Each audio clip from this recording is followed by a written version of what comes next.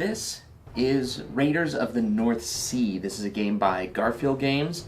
This is another one of those games that has the art that I love so much by the Miko. But the thing I want to talk about on this particular game is the inclusion of theme that is so mechanically supported in this game. So you might not be able to see this because they're black tablecloth and black meeples, but there's these little Viking meeples. These little guys, they're super cute. They got little horns and like horn helmets and everything.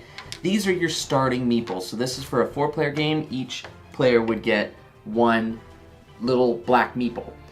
There would also be a meeple on the board to start with, and I believe that there's a couple that start in here because the main mechanic is that when I place a meeple, I do a thing based on where I placed it, and then I pick up another meeple that opens up that slot. So I have to like not only be careful about what I'm opening for my opponents, but what I need to open for myself, because if I need this section and no one opens it, well, I have to be the one to open it and hope nobody else goes there by the time it gets back around to me, perhaps.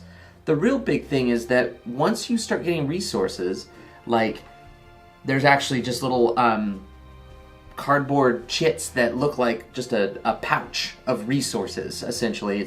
That's your adventuring party resources. I'm assuming it's like provisions, essentially. You also get money and gold and other things. Once you get those, you can start going to these other locations and raiding the harbors and the outposts and the monastery and the fortresses.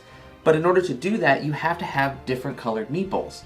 So when I go here and I raid one of the harbors, I'll end up getting the resources, the good stuff that I really want, and I'll pick up this gray meeple. And I'll probably be placing it down here, and other people will be picking it up, so other people have access to my more powerful meeple, because the gray meeples do different things. But eventually, you need to have a gray meeple to come up here on the land area. And that's where you'll pick up a white meeple, and the white meeples are even more powerful.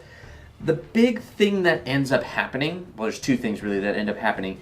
One, you're constantly upgrading these guys to the point where you will end up locking all of the black meeples in the harbor area, because there's no reason to pick up this meeple way down here.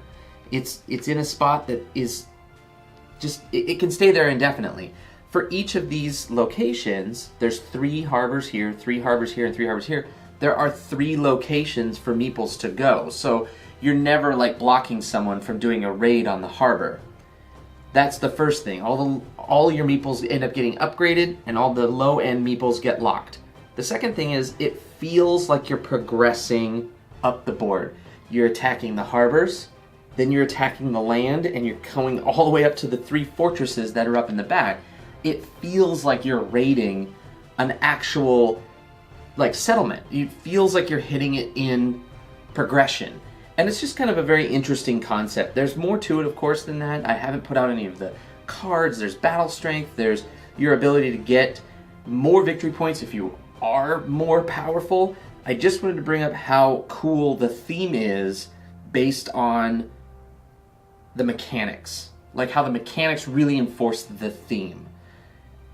Furthermore, it feels more like you're working together as a group, because I'm upgrading meeples and you're getting you're getting access to them, you know?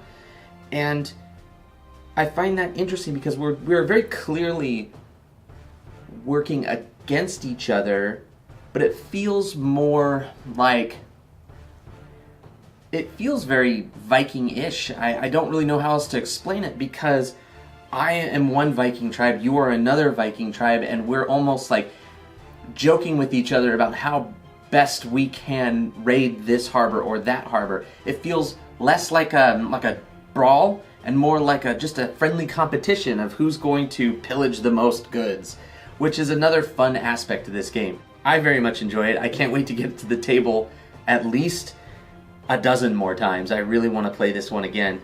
And that's Raiders of the North Sea. And thanks for watching. If you liked what you saw and you want to see the rest of our videos, it's easier if you like, share, subscribe. If you're on YouTube, hit the bell icon so you can get the notification when we do post a new video. And if you're on IGTV, tap your screen, hit the little plus dude icon to follow us. You get all of our Instagram stuff that way. And yeah, we got lots of good videos. You come check us out.